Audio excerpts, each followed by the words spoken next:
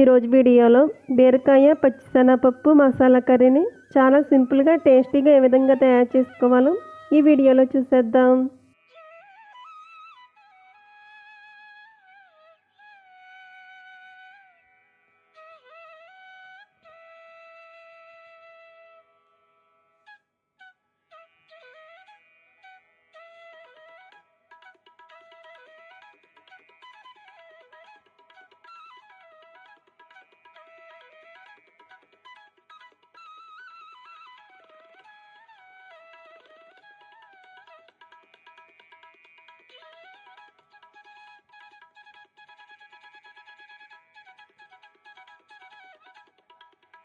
ఈ ప్రాసెస్లో చేసుకున్నట్టయితే ఈ బీరకాయ పచ్చిశనగపప్పు మసాలా కర్రీ రైస్లోకి, చపాతీలోకి, పుల్కాలోకి దేనిలోకైనా సరే సూపర్ టేస్ట్గా ఉంటుంది.